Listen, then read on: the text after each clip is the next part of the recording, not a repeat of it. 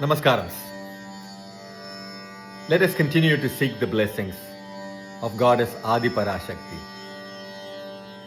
by chanting the divine verses of Adi Shankaracharya's Saundarya Lahari. Today, we will be chanting shlokams number 87 and 88.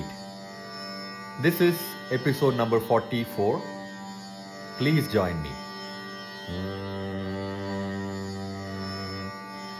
Himani hantavyam himagiri nivasaika chaturau nishayam nidranam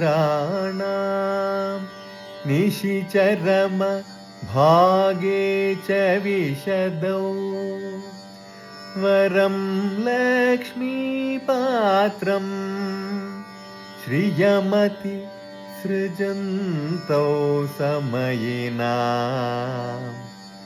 सरोजं त्वत्पादौ जननि जयतश्चित्रम् इह किम्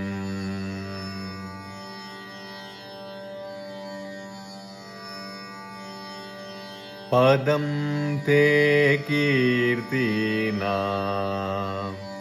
प्रपदमपदं देवी विपदां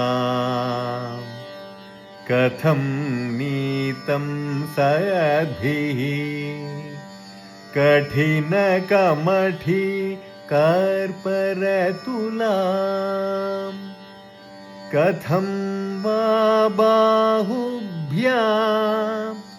उपयमनकाले